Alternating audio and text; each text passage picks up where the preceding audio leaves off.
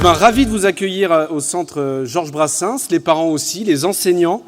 Merci à vous tous. Chers parents, chers enfants, chers participants au défi d'éloquence, chers élus du Conseil municipal des enfants ici présents, on peut les applaudir.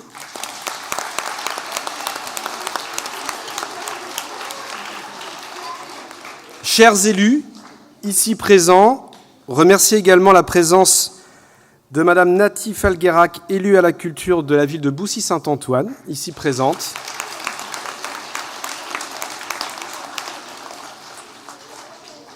Si vous êtes si nombreux aujourd'hui, c'est forcément parce que le moment est important. Important pour vous, chers élus du Conseil municipal des enfants, important pour vous, chers enseignants, important pour nous, membres de l'équipe municipale, important pour vous, agents de notre collectivité, important pour vous, mesdames et messieurs, les membres de la compagnie La Bicyclette, important pour vous, chers parents, chères familles et amis, important pour nous toutes et tous, mais surtout important pour vous, chers enfants, qui participez à ce premier défi de l'éloquence de l'histoire de notre ville. Plus qu'un moment, c'est un événement de notre vie locale, un événement qui fera date et qui connaîtra, nous l'espérons tous, bien d'autres répliques. C'est un événement qui doit tous nous rendre fiers collectivement et dont tout le mérite revient en premier lieu au Conseil municipal des enfants et à toutes celles et ceux qui ont œuvré depuis plusieurs mois à son élaboration et à son organisation. Soyez toutes et tous remerciés pour votre inspiration et votre enthousiasme que vous avez su communiquer très largement, bien au-delà de ce que je pense vous imaginez. J'ai bien entendu, été attentif à la réalisation de tout le processus de ce projet, et pour vous dire, j'ai été bluffé par l'engouement extraordinaire que vous avez tous suscité. Comme disait Confucius, le but, c'est le chemin. Ainsi, si j'oserais dire que ce n'est pas tant le verdict que le jury rendra à l'issue de vos prestations tout à l'heure, que ce qui vous a amené à vous porter candidat à ce grand défi, ce que vous avez appris tout au long de ce chemin, de toutes celles et ceux qui vous ont accompagné et surtout de vous-même. Parce que, chers enfants, aujourd'hui, vous n'êtes déjà plus tout à fait les mêmes qu'il y a quelques mois. Vous voilà riches de cette nouvelle expérience individuelle et collective. Vous vous en souviendrez toute votre vie et aurez à cœur de la partager pour, à votre tour, transmettre et donner envie à d'autres de se frotter à l'art oratoire. Donner envie ou convaincre, car ce qui est capital, ce ne sont pas tant les apports techniques que permet d'assimiler la formation de cette discipline, mais bien la confiance en soi qu'elle permet d'acquérir. C'est cela qui est important à mon sens. Pourquoi ? Parce que tout au long de votre vie, et celle de vos camarades, la confiance en vous, pour convaincre par la parole, par l'écrit aussi, sera fondamentale. Pour évoluer, franchir des caps, vous réaliser, il sera nécessaire d'avoir confiance en vous pour convaincre. La nature rend les hommes éloquents dans les grands intérêts et dans les grandes passions, écrivait Voltaire. Aussi, tout ce que vous avez appris de cette belle expérience vous permettra demain de défendre vos intérêts et de vivre de grandes passions. Martin Luther King, le général de Gaulle, Barack Obama, Simone Veil, François Mitterrand, Philippe Séguin, qui a donné son nom à un prix d'éloquence prestigieux, ou encore Robert Badinter, je vous souhaite, nous vous souhaitons de marcher dans les pas de ces grands orateurs, pour savoir exprimer ce que vous êtes et devenir ce que vous voulez.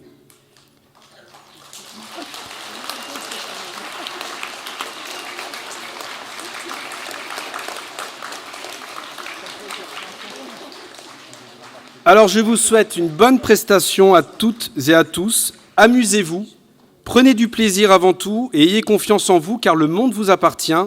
Et on se retrouve tout à l'heure pour la remise des prix.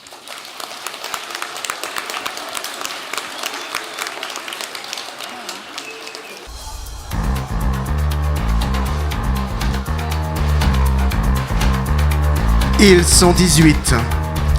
Ils représentent tous les CM2 de Vigneux-sur-Seine. Depuis 2 mois, ils ont travaillé d'arrache-pied. Ils ont souffert. Ils ont pleuré, mais aussi rigolé. Ils se sont préparés pour vous aujourd'hui. Ce sont les 18 finalistes du défi d'éloquence.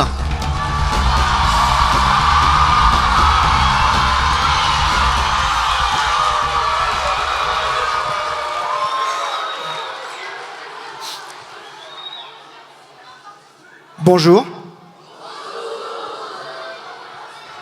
Alors, pour celles et ceux qui ne me connaîtraient pas, je m'appelle Jean. Voilà, exactement. On va le refaire avec tout le monde qui dit bonjour Jean. Je m'appelle Jean.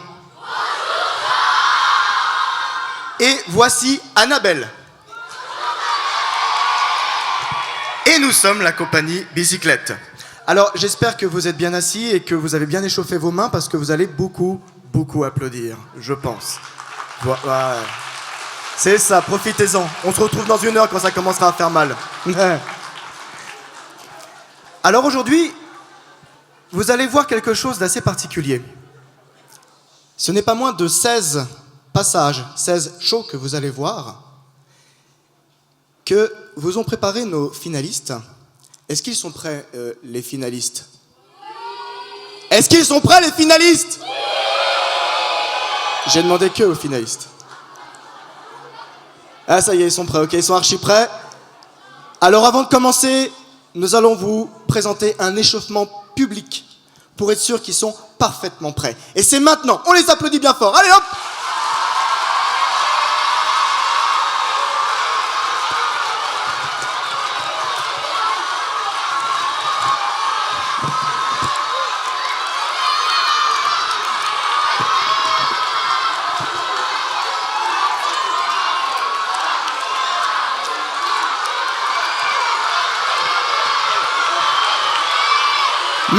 Merci pour votre enthousiasme.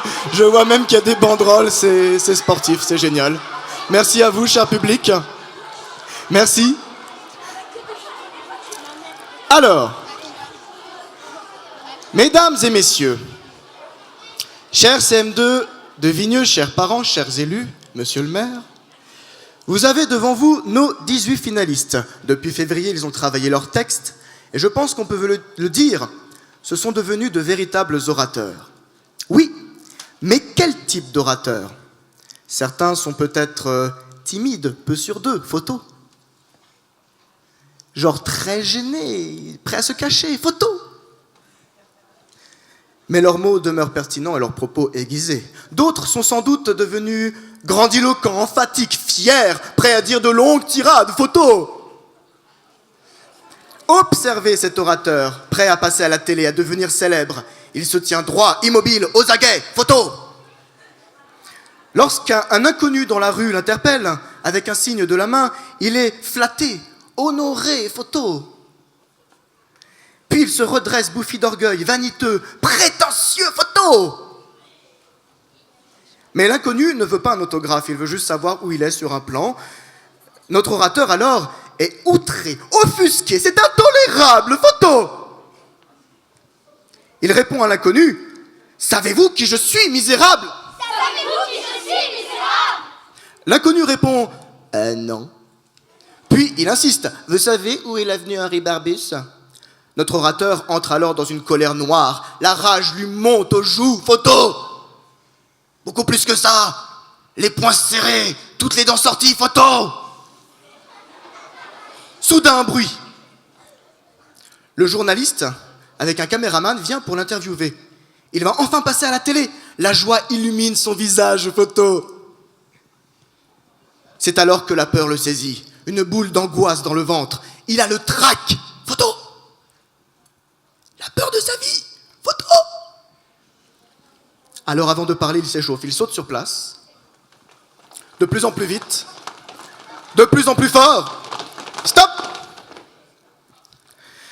Une main sur le ventre, une autre main sur le torse. Il prend une grande respiration contre le stress. Il respire, il bloque 5 secondes. 1, 2, 3, 4, 5. Il expire. Il recommence. 1, 2, 3, 4, 4,5, 4,6, 4,7, 4,71, 4,72, 5. Ah. Maintenant, nous allons vivre ensemble les 5 dernières secondes de l'orateur, juste avant de monter sur scène pour parler. 5.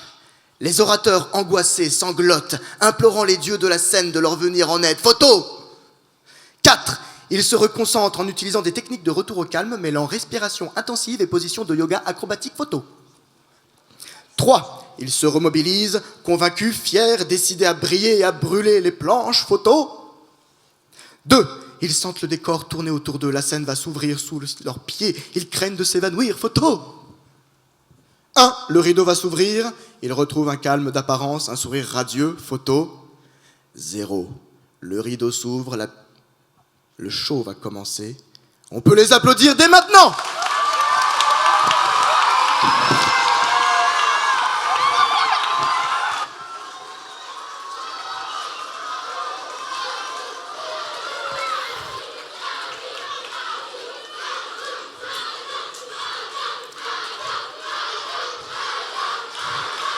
Maintenant, cela va commencer. Et pour commencer, qui mieux que Martin, qui nous vient de l'école Édouard Herriot et qui va nous vriller le cerveau à propos de robots.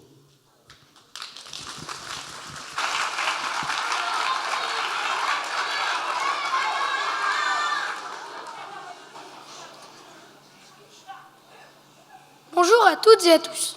Je suis devant vous aujourd'hui pour vous parler de robots. Dans les films de science-fiction, c'est une machine à l'aspect humain. Mais dans la réalité, c'est surtout un appareil automatique capable de manipuler des objets ou d'exécuter des opérations selon un programme. Dans notre vie quotidienne, les robots sont de plus en plus indispensables. Ils servent dans différents domaines. Dans l'armée, où les militaires les utilisent pour des missions de recherche ou de sauvetage. Dans les usines, par exemple pour l'assemblage des pièces de voitures. Dans la conquête spatiale, par exemple les rovers envoyés sur la planète Mars. Imaginons maintenant que les robots fassent tout seuls, en autonomie. Que se passerait-il ? Il y aurait des robots pour créer des robots pour réparer des robots, et ainsi de suite. Et nous, êtres humains, on n'aurait plus besoin de travailler, on n'aurait même plus besoin d'apprendre à l'école. Puisque les robots se feraient eux-mêmes, ce serait parfait. Mais si jamais tous les robots étaient en panne en même temps, il y a très peu de chances, mais il existe des éruptions solaires qui peuvent arrêter toute la technologie sur Terre. Comment les humains pourraient réparer les robots sans n'avoir rien appris à l'école ni travaillé depuis longtemps ? Cela prendrait du temps, trop de temps. Alors plus personne ne pourrait se nourrir et on mourrait tous. Pire encore, imaginons que les robots fassent un coup d'État et exterminent les humains. Imaginons une société ultra robotisée détruite par le piratage de ces robots connectés. Alors, faut-il des robots partout ? Oui, non, telle est la question. Merci Martin.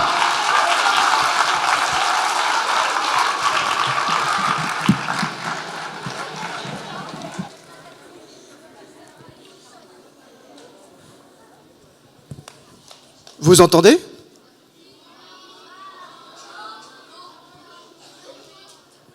Vous entendez pas ?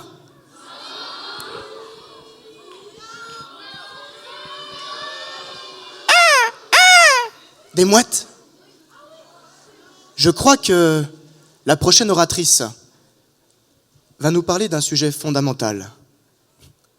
Elle s'appelle Alia et elle nous vient de l'école Nelson Mandela. On l'applaudit bien fort.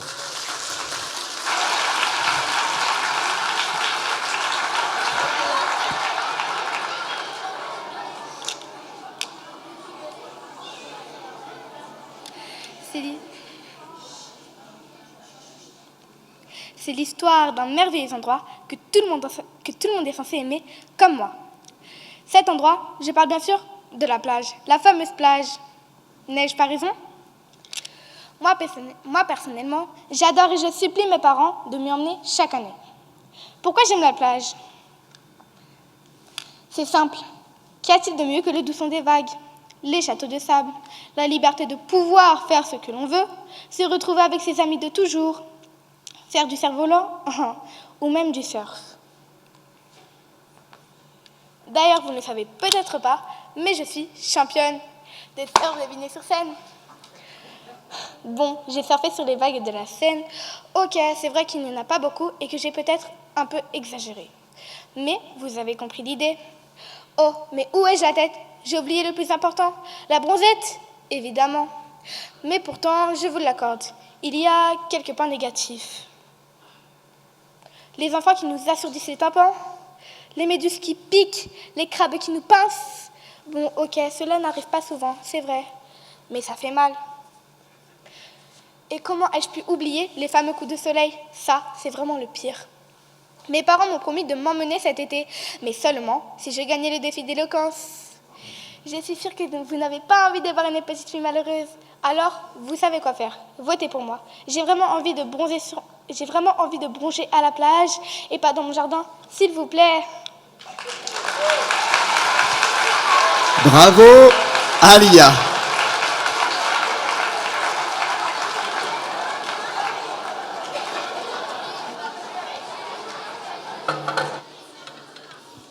Notre prochaine oratrice vient aussi de l'école Herriot. Elle s'appelle Samcha.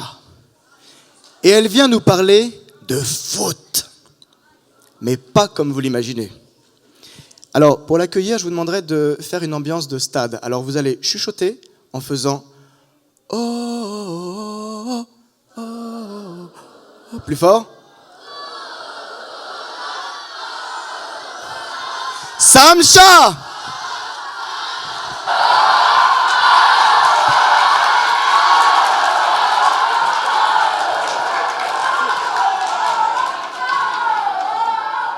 La Coupe du Monde au Qatar.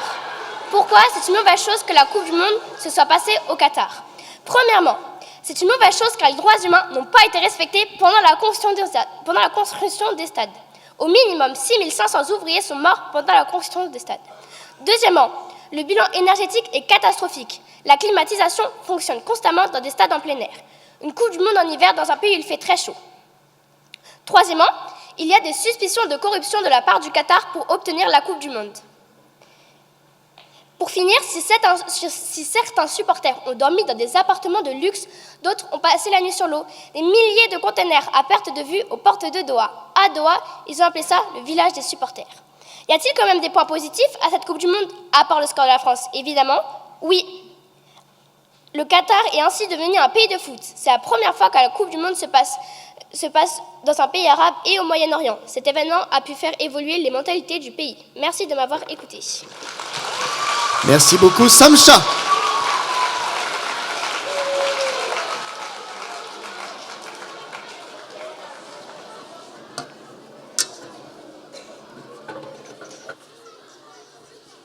Notre prochaine oratrice s'appelle Sarah. Et elle vient visiblement de Sonia-Delaunay qui se trouve par là-bas. Elle va nous parler de sa passion, une passion sportive, une passion incroyable. Et en l'écoutant, ça m'a aussi donné envie d'essayer. J'en dis pas plus.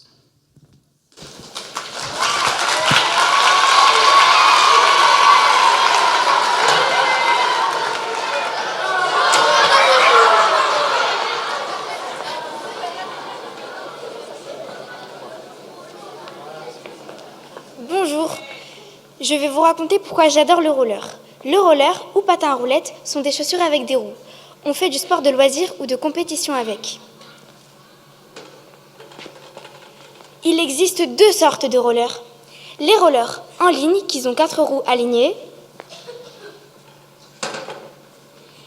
et les rollers quads qui ont 2 roues de chaque côté comme un quad.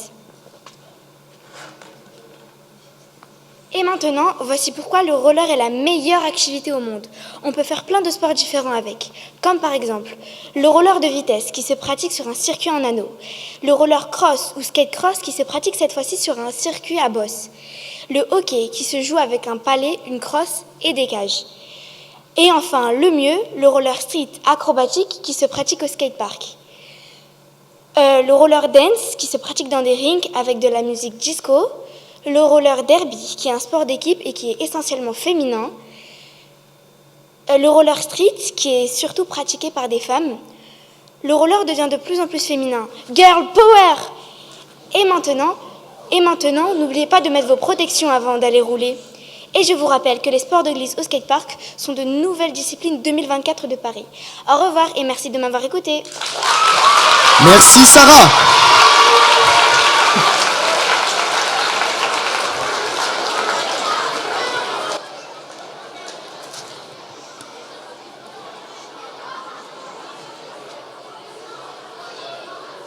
Et maintenant, nous accueillons Grace.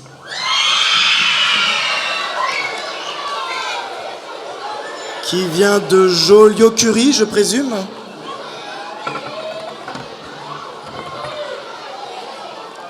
Elle a quelque chose de très important à nous dire. Je vous demande donc un tonnerre d'applaudissements.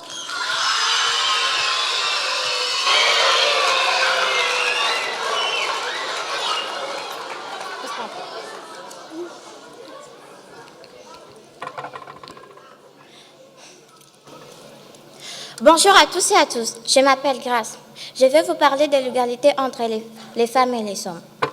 En France, l'égalité homme-femme est indiquée à l'article 3 du préambule de la Constitution de 1946. Je vais vous le dire. La loi garantit à la femme dans tous les domaines des droits égaux à ceux de l'homme. Nous sommes donc loin de l'égalité sociale en droit théorique, mais est-ce bien vrai en pratique? Famille. Les femmes s'occupent 3 fois plus des enfants que leurs conjoints hommes. En moyenne, les femmes passent 4 fois plus de temps à faire du ménage que leurs conjoints hommes. Elles sont en charge mentale des enfants et du ménage. Économie. Encore aujourd'hui, en 2023, les femmes gagnent toujours 9% de moins que les hommes, au même poste, et 25% de moins en moyenne, puisque les meilleurs postes sont encore très majoritairement détenus par les hommes.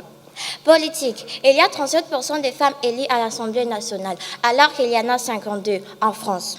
Sécurité. En France, une femme est tuée tous les 3 jours parce qu'elle est une femme, souvent par son compagnon ou son ex. Ce sont les féminicides. Nous sommes donc loin de l'égalité sociale entre les femmes et les hommes. Rien n'est gagné pour toujours. Il faut continuer à se mobiliser pour plus d'égalité, mais aussi pour les droits acquis. Soyons bénévoles dans des associations pour les droits des femmes. Dénonçons les harcèlements, refusons de faire 100% du ménage. Dans l'égalité de genre comme ailleurs, ce sont les valeurs de partage qui nous font avancer. Merci de m'avoir écouté.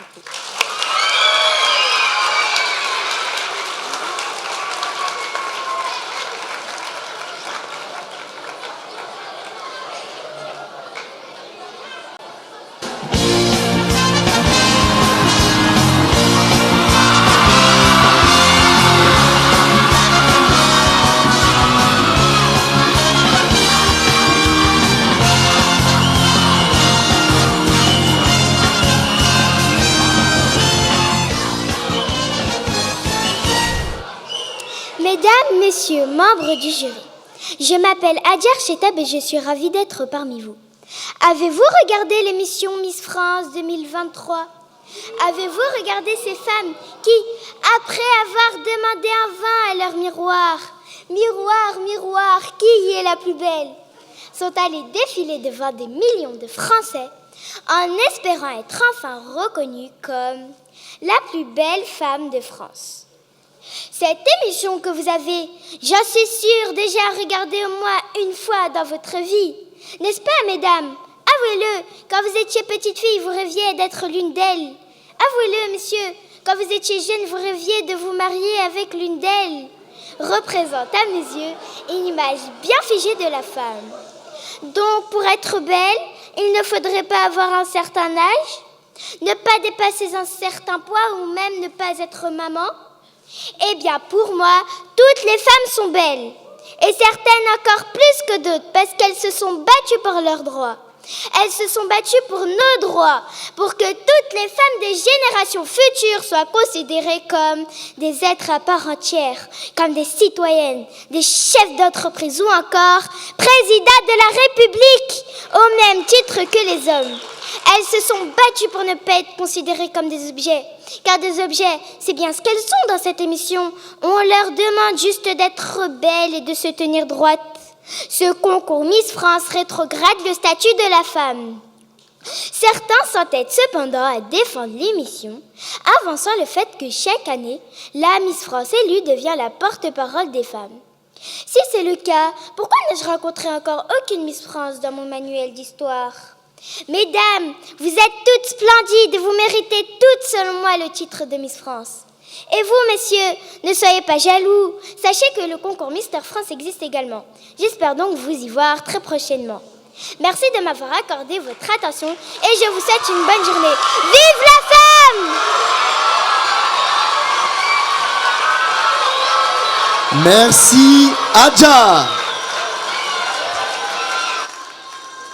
C'était Adjar de l'école Rouvre.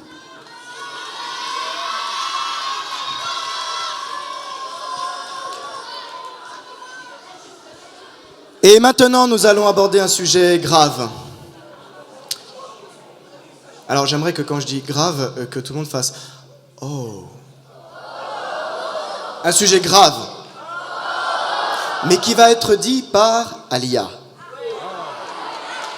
La grande, l'unique, la magnifique Alia de l'école Louise Michel.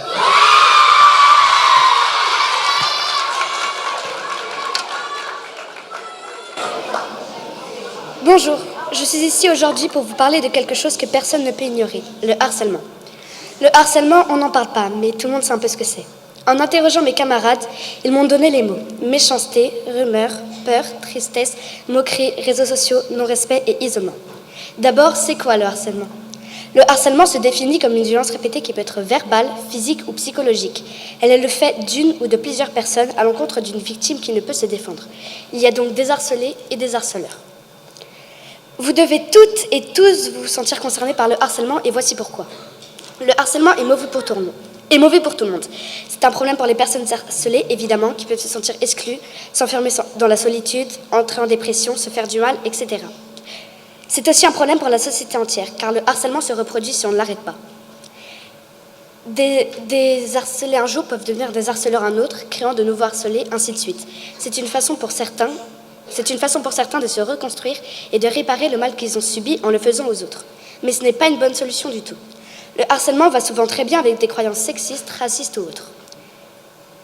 Par exemple, une croyance dit qu'un garçon, ça ne pleure pas. Cela crée du harcèlement. J'ai pu voir un garçon qui vivait des moments compliqués, pleurer, et après ça, d'autres garçons ont commencé à se moquer de lui en le rabaissant et en blaguant sur lui tous les jours. Le garçon harcelé avait honte et se disait que les autres avaient raison, qu'il n'aurait pas dû pleurer. Comme lui, les harcelés, souvent, croient que le problème vient d'eux, qu'ils doivent changer ou pire disparaître. Et les harcelés ont honte, les victimes ont honte. Je suis ici pour que la honte change de camp. Ce n'est pas aux victimes d'avoir honte, c'est aux harceleurs. Nous devons toutes et tous nous engager tous les jours contre le harcèlement. Comment faire ? Déjà par la prévention. En parler, écouter quelqu'un qui en parle, comme en ce moment, ça va nous aider à repérer le harcèlement, à ne plus le trouver normal, à se rendre compte que c'est du harcèlement. Qu'on soit harcelé, harceleur ou simplement témoin. Puis on peut dénoncer le harcèlement, le nommer, le décrire, dire aux gens c'est du harcèlement.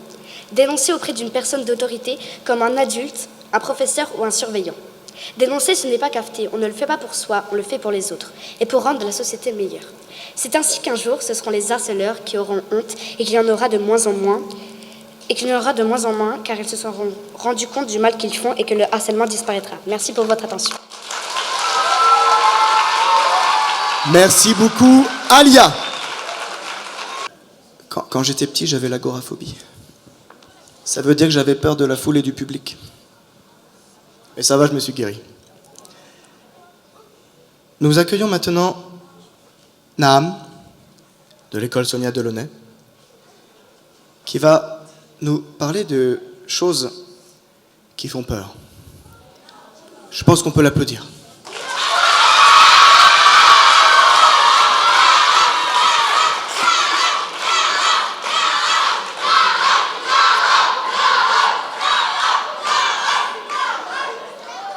Bonjour, je suis Naam, de l'école Sonia Delaunay.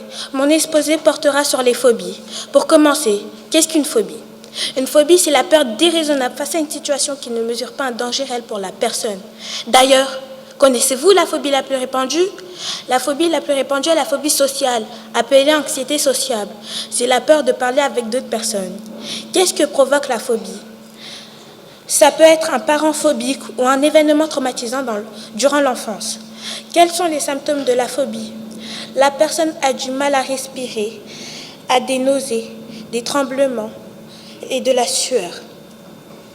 Quelles sont les phobies les plus handicapantes au quotidien? Les phobies les plus handicapantes au quotidien sont l'agoraphobie, la peur de la foule, la claustrophobie, la peur des endroits serrés. Quelles sont les phobies les plus rares et rigolotes? Les phobies les plus rares et rigolotes sont la chanophobie, la phobie des pépins de fruits, la catisophobie, la peur de s'asseoir et surtout l'hippopotamoesquidialiophobie, la peur des mots longs et compliqués. Comment guérir d'une phobie? Nous pouvons guérir d'une phobie grâce à une thérapie ou à une hypnose. Et vous, avez-vous une phobie? Merci de m'avoir écouté. Merci beaucoup, Nahan.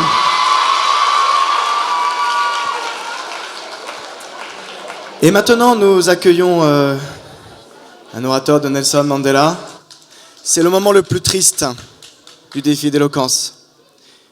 Adam va nous parler d'un drame incommensurable qui nous a toutes et tous touchés. Adam, c'est à toi.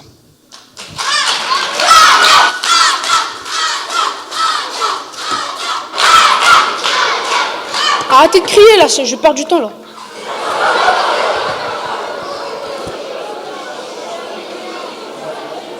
S'il vous plaît, là je perds du temps là, vraiment. Là, vu que je suis stressée, j'ai envie de partir vite. Merci. Bonjour, je suis venue pour vous raconter une histoire douloureuse et habituelle. C'est l'histoire d'un club en Ligue des Champions. Je ne vais pas demander de questions. C'est l'histoire d'un club en Ligue des Champions qui fait battre mon cœur.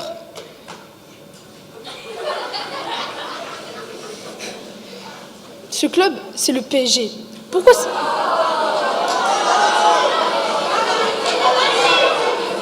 vous me coupez la parole? Et moi, j'en ai marre qu'on me coupe la parole. Hein.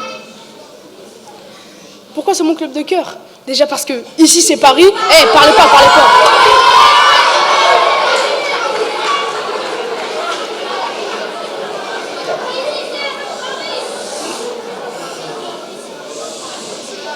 Et surtout, ce club nous offre de beaux moments de foot.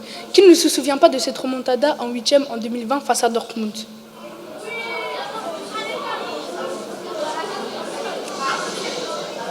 On était mené 2-1, plus d'espoir, encore éliminé. Et là, le coup de tonnerre, remonté au score, 2-3, et qualifié. C'est pour ça qu'on aime le PSG. Et c'était le moment où ils étaient le plus proches de la gagner. Ils sont allés jusqu'en finale. Triste finale. Laissez-moi vous remémorer cet infâme moment. Nous sommes en finale, face au Bayern Munich, l'une des meilleures équipes du monde. Tout se passait pour le mieux, mais comme d'habitude, on a perdu. On a perdu comme chaque année depuis une 9 et longue et interminable année. Enfin, ce n'est pas la seule fois où ce fut déchirant. Il y a eu le Real Madrid l'an dernier, encore avant Manchester United, et encore avant un match frauduleux face au FC Barcelone dont je ne parlais pas. Et cette année, j'y croyais, on y croyait. Il y avait un nouvel entraîneur, une nouvelle cohésion, des joueurs comme Messi, Neymar et Mbappé, et comme d'habitude, on a été éliminés. Donc s'il vous plaît, votez pour moi, comme ça je pourrai dire à tous les finalistes, je vous ai éteint. Merci de m'avoir écouté. Merci beaucoup, Adam.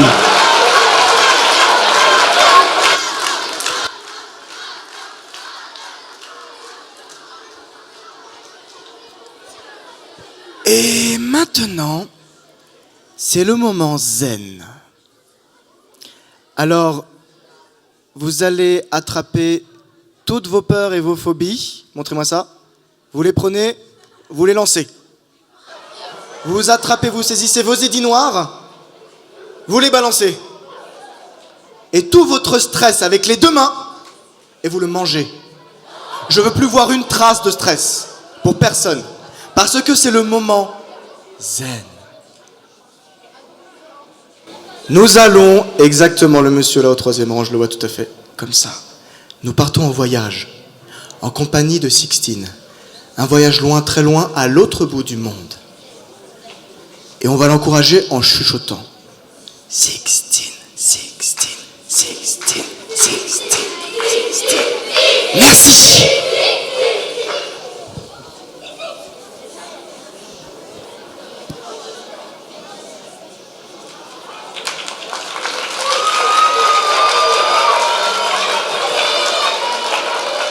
Le texte. Une certaine sécurité.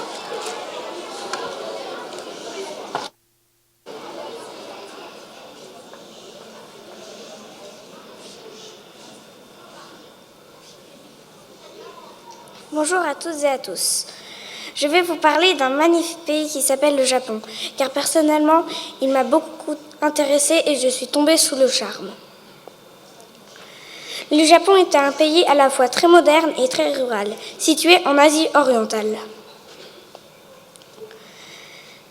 C'est un ensemble d'îles, un archipel dont les 4 plus grandes sont Honshu, Hokkaido, Shikoku et Kyushu. Pour vous donner une bonne raison d'aller au Japon, je dirais qu'il y a un endroit extraordinaire que les Japonais appellent la vallée de Kamikochi, au cœur des monts Ida, près de Nagano, un monument naturel de grande beauté.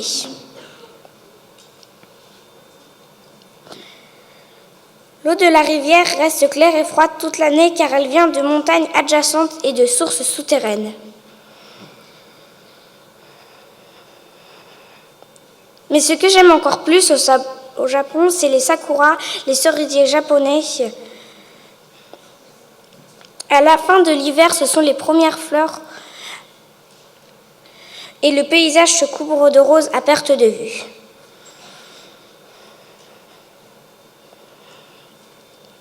C'est à ce moment que les Japonais fêtent l'Hanami, la grande fête du printemps. Évidemment, les habitants et les touristes recherchent la tranquillité dans ces paysages somptueux qui offrent un cadre idéal pour rêver et se détendre.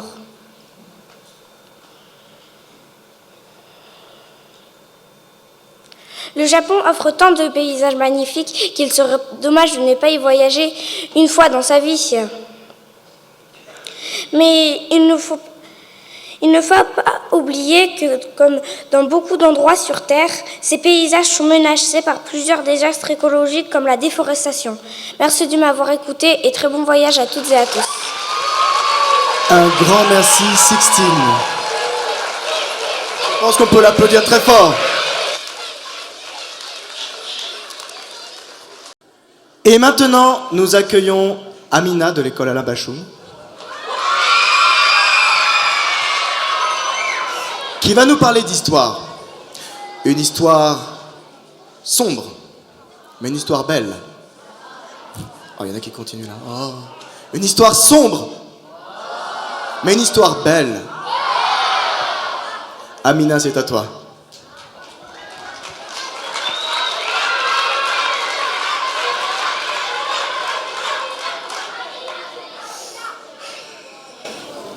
Bonjour à tous et à tous, mesdames et messieurs. Aujourd'hui, j'aimerais vous parler d'un sujet qui me tient particulièrement à cœur, qui est toujours présent en 2023. Je veux parler du racisme, ce sujet bouleversant qui est tellement dur à supporter si vous l'avez déjà vécu. Le racisme, c'est d'abord la théorie que l'espèce humaine est composée de plusieurs races, dont certaines seraient meilleures que les autres. Cette idée a conduit des peuples à en dominer d'autres. Pour exemple, les Européens se sont longtemps appuyés sur cette théorie pour dominer les Africains et leur réduire l'esclavage. Il n'y a pas si longtemps, des États démocratiques comme les États-Unis toléraient les lois racistes. Ainsi, les lois Jim Crow, imposant la ségrégation raciale dans le sud des États-Unis, jusqu'en 1964. Les personnes de couleur n'ont pas leur place. Ils buvaient dans des fontaines sales, infectées, et les personnes blanches buvaient dans des lavabos magnifiques, splendides. Ils vivaient heureux. Alors que eux, les personnes de couleur, étaient tout le temps traitées différemment. Même les enfants.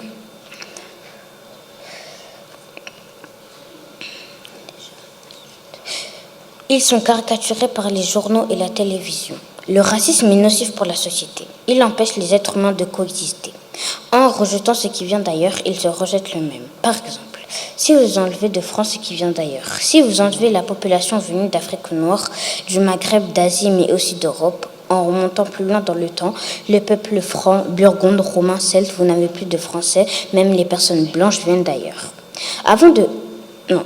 Certes, il y a eu des lois contre le racisme, mais aujourd'hui, en 2023, le racisme est encore présent partout dans le monde. Et si jamais on ne change rien, cela peut continuer des années, voire des siècles. Enfin, si je vous demandais de retenir qu'une seule phrase de mon discours, ça sera celle-ci. Même si nous sommes tous et tous différents, nous appartenons toutes et tous à la même race, la race humaine. Merci de m'avoir écouté, bonne journée. Bravo Amina.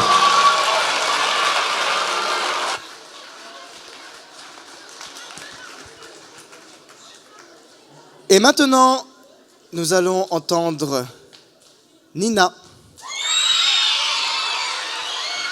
de l'école Joliot-Curie, effectivement, qui va nous parler d'un sujet qui devrait toutes et tous nous faire réfléchir à notre propre survie en tant qu'espèce. Sans plus attendre, Nina.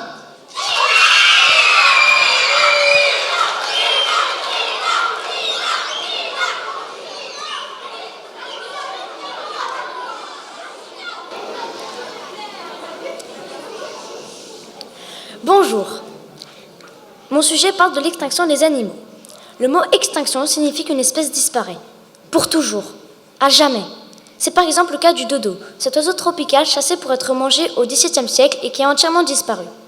Dans certains cas, l'extinction est naturelle, comme ce fut le cas des dinosaures il y a des millions d'années. Mais aujourd'hui, c'est l'homme la principale cause des extinctions.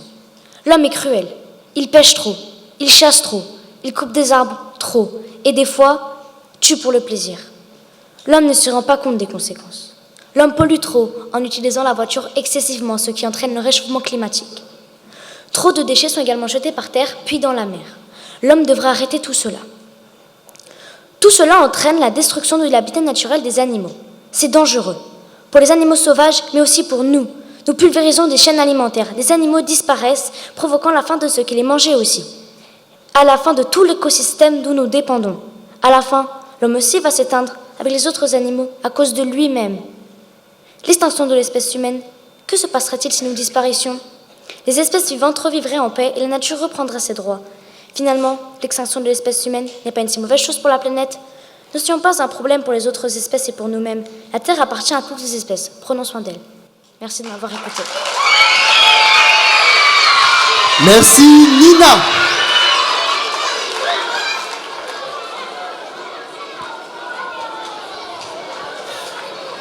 Et parce qu'il y a des sujets qui méritent qu'on y revienne, parfois 2 fois, parfois 3 fois, parfois plein de fois, j'appelle Mélina de l'école Alain Bachung, qui va nous parler de quelque chose qui l'a profondément choquée. Mélina, c'est à toi.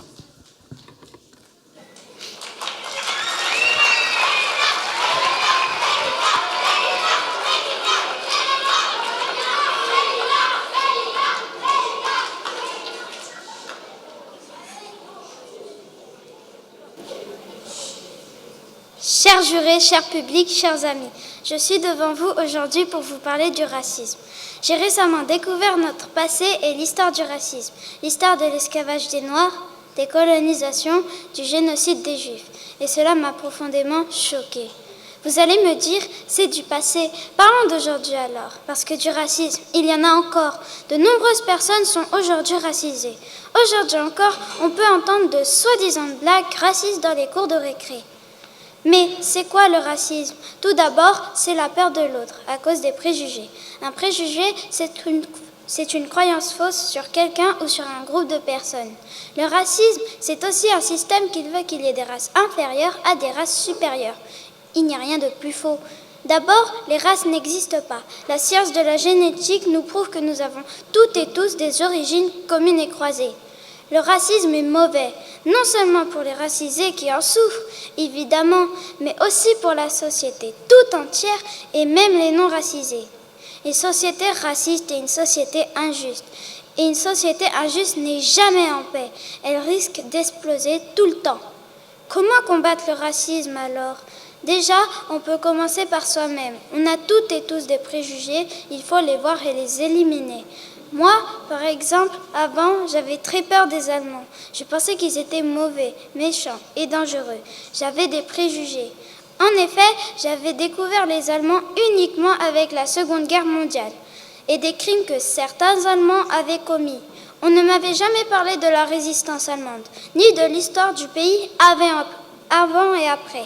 En plus, je n'avais jamais rencontré d'Allemands. J'ai changé mon opinion et détruit mes préjugés. Mais faire un travail sur soi n'est pas tout. On peut aussi agir dans la société en s'inspirant de grands militants antiracistes et faire comme eux.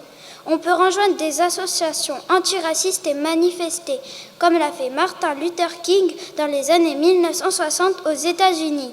On peut écrire des articles, des livres contre le racisme, comme l'a fait Nelson Mandela en Afrique du Sud.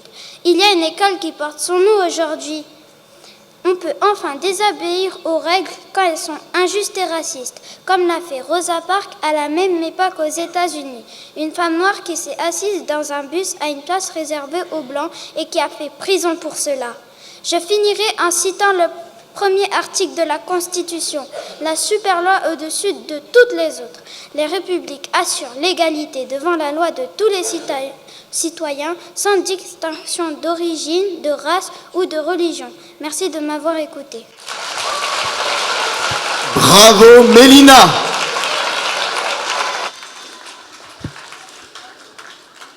Et nous repartons en voyage. Cette fois-ci plus loin, beaucoup plus loin, très loin, aux confins de notre univers. Et celui qui va nous emmener en voyage aujourd'hui, c'est Denzel.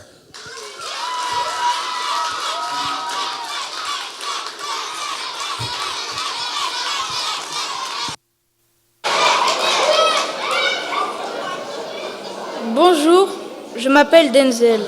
Je suis en CM2 à l'école Louise Michel et aujourd'hui je viens vous parler de l'espace. J'ai choisi ce thème avec toute ma classe. Je vais vous présenter pourquoi nous l'avons choisi et je vais vous dire pourquoi nous l'avons écrit. D'abord, l'univers, c'est intéressant. Il y a d'autres planètes que la Terre dans notre Voie lactée. En taille, en couleur ou en apparence, elles sont variées. Tous ces corps célestes, les étoiles comme le Soleil, les constellations, les astéroïdes, les comètes, les météorites et la Lune, notre satellite. L'espace, c'est beau, c'est cool et c'est aussi magnifique.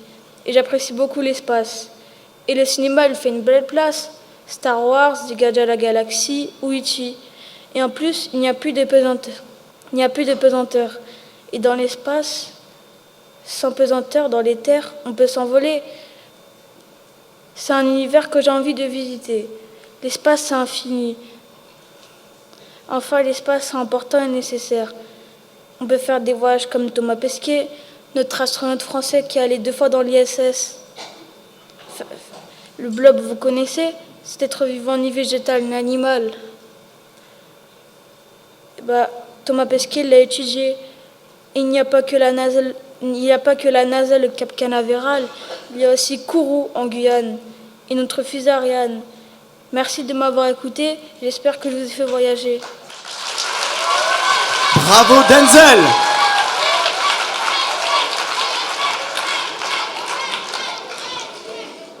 Et maintenant, nous accueillons Apolline, qui va nous... Apolline ?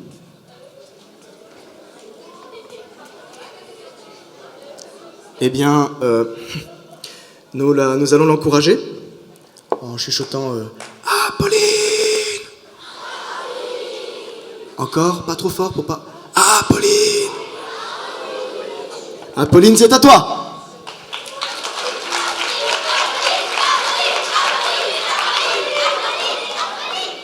Bonjour, je viens vous parler des animaux menacés et en voie de disparition, car cela me tient particulièrement à cœur. Ces animaux sont en danger à cause des actions réalisées par les humains. La plupart des gens ne voient pas l'urgence qu'il y a à sauver les espèces menacées. Pourtant, déjà beaucoup d'espèces animales ont disparu. Or, chaque disparition menace les autres espèces, en menaçant la chaîne alimentaire.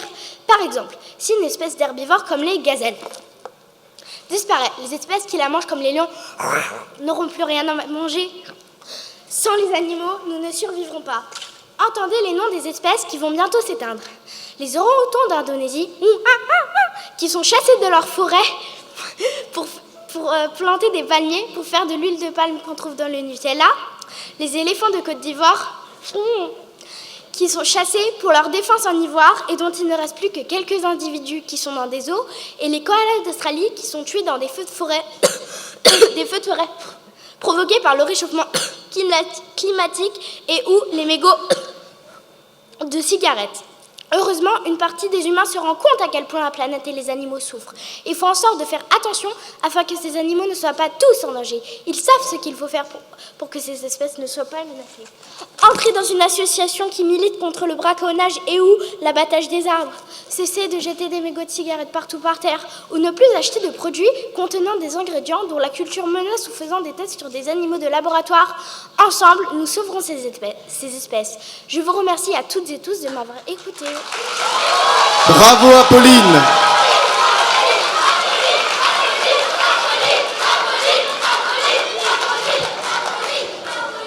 Bien, je crois que le défi touche à sa fin.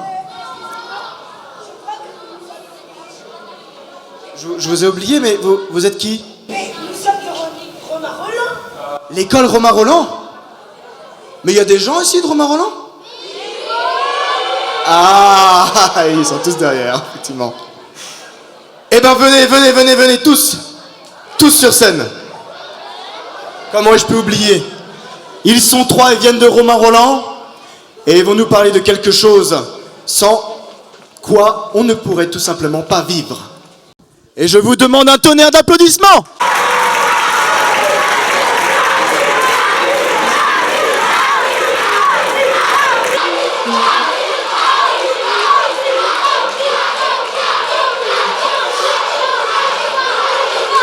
Merci. Chut, sinon on va jamais commencer.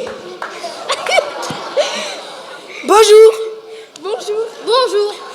Nous sommes de l'école Romain-Rolland. Nous sommes Aïcha, Kabiboulaye et Aminata. Et nous sommes venus vous parler Du respect. Mais d'abord, c'est quoi le respect? Le respect, c'est être gentil et bienveillant. Mais pas que. Être poli auprès des petits comme des grands. Mais pas que. Accepter les gens à leur caractère. Mais pas que. Savoir les soutenir, savoir leur faire de l'air. Mais pas que. Pour moi, c'est être tolérant, accepter les différences. Mais accepter que les autres ne soient pas parfaits. Ne pas se battre. Je suis convaincue que le respect, ce n'est pas Se parler mal, parler derrière. s'insulter, Parler derrière le dos de quelqu'un. frapper une personne. Il faut se mettre à la place. Il faut se mettre à la place de l'autre. Aider une personne âgée à porter ses courses. Tenir la porte à quelqu'un.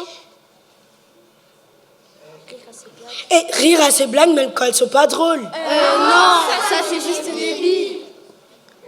Ah ouais. Et c'est pas parce que sa blague elle est pas drôle que c'est une raison pour l'insulter. Mais il faut respecter qui? Les autres et surtout les professeurs. Les adultes. La parole de ses camarades. Et aussi monsieur le maire Thomas Chazal, que nous saluons au passage. Les animaux aussi ont besoin de respect. Les chats. Les chiens. Les animaux sauvages. Les moustiques. Ah non, pas les moustiques. Bah pourquoi? Ça fait mal. Ça donne des maladies. Les moustiques ne nous respectent pas. Le respect sert à être respecté. Sans respect, il n'y a pas de vivre ensemble. Sans respect, il n'y a pas de société. Sans respect, c'est la guerre. Aou, aou, aou, aou. Stop! C'est pour ça qu'il faut avoir du respect pour les autres. Merci. Merci. Merci. Merci de nous avoir écoutés. Bravo.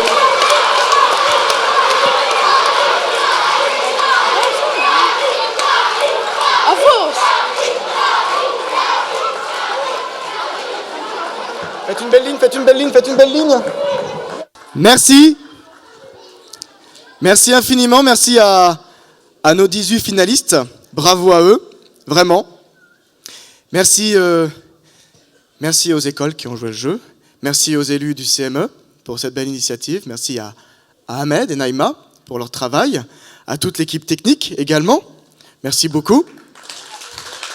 À toutes celles et ceux, équipe logistique, qui ont permis cela possible. Merci à la ville de Vigneux, merci aux élus, chaleureusement.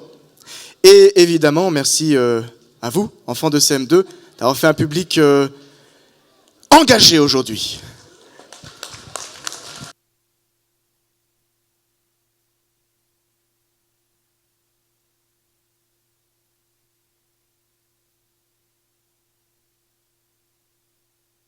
Et maintenant, c'est la remise des prix. Eh oui, les élus du CME se lèvent. Ahmed, je te laisse la parole. Comme vous le savez, ce n'est pas un concours, mais c'est un défi. Et donc ça veut dire qu'il y aura une récompense pour tous les finalistes, parce que c'était un défi, vous avez relevé le défi. On est très fiers de vous. Et je voudrais aussi remercier le public, parce que vous avez respecté tous les temps de parole. Et donc, on peut les applaudir, vous, les finalistes, parce que vous avez été formidables. Et il y a une personne qu'on n'a pas remerciée, c'est Jean. Jean, on ne l'a pas remercié, Jean. Alors, on peut applaudir Jean.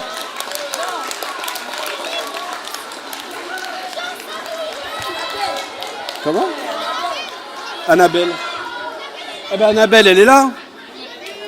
Mais Annabelle était plus discrète, mais Jean, il a tenu la cérémonie, mais on peut vraiment vous remercier d'avoir organisé et puis d'avoir motivé les troupes. Donc bravo à vous pour tout ce travail.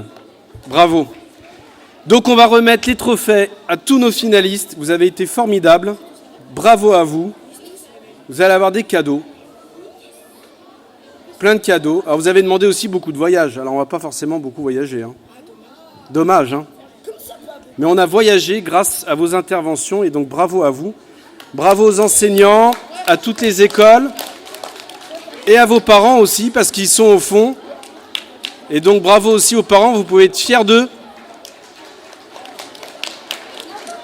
Alors je vais appeler pour l'école Herriot Martin. Martin. Il est où Martin ? Voilà. Allez, on peut l'applaudir. Et le sujet, c'était les robots. J'appelle l'école Nelson Mandela avec Alia pour la plage.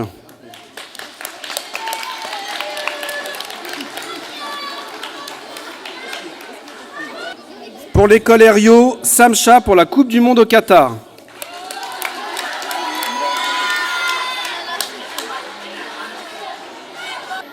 Pour l'école de Launay, Sarah, le roller.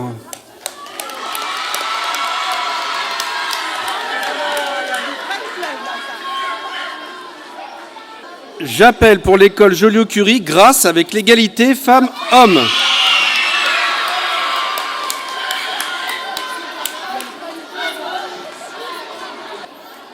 Pour l'école Les Rouvres, Adjar, Miss France.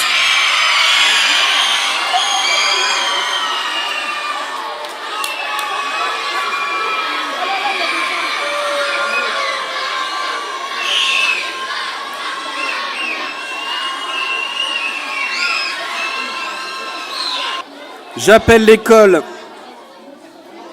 Louise Michel, Alia, le harcèlement.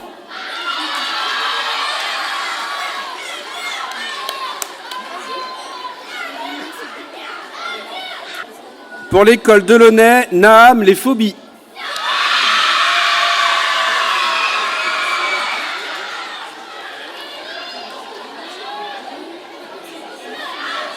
J'appelle pour l'école Mandela, Adam, le PSG.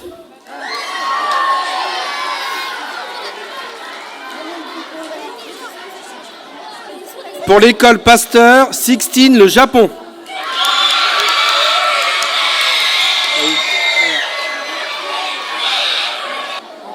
Pour l'école Bachung, Amina, le racisme.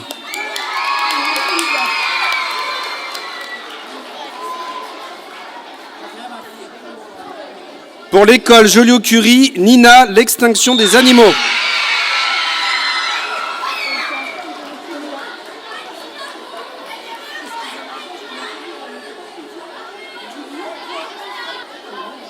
Pour l'école Bachung, Mélina, le racisme.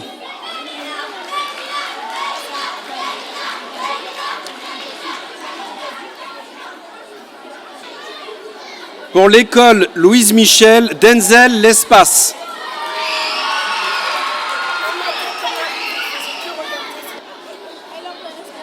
Pour l'école Pasteur Apolline, l'extinction des animaux.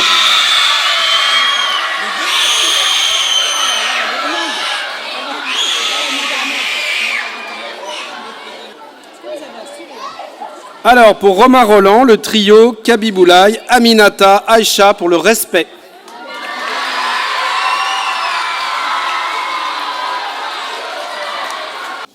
Et donc, on voulait remercier tous les CM2 de la ville. Et je crois que nous avons un autre événement aussi bientôt pour les CM2. Le bal de...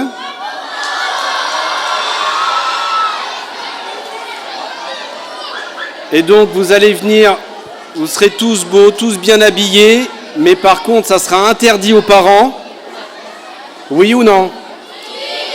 Ça sera interdit aux parents, on va faire la fête et ça restera ici. Il y aura de la fumée, de la lumière, des jeux.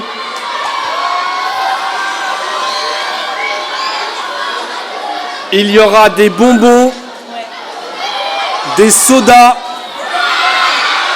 des pop-corn. Et on interdira l'accès aux parents. Allez Ahmed.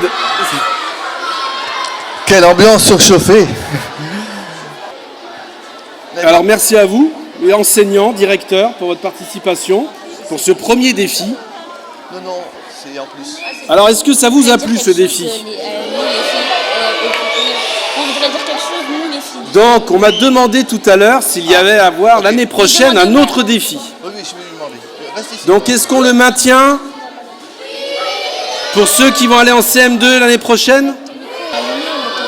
Donc à l'unanimité, on le maintient ? Est-ce que vous êtes d'accord ? Eh bien alors c'est vendu. On fera une deuxième édition. Bravo à tout le monde.